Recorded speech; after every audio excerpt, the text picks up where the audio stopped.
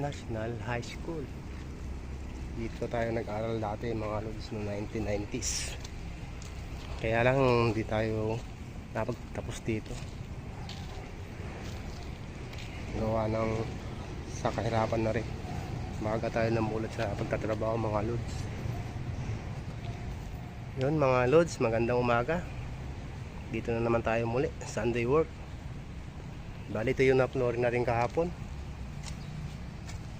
Yan mga idol,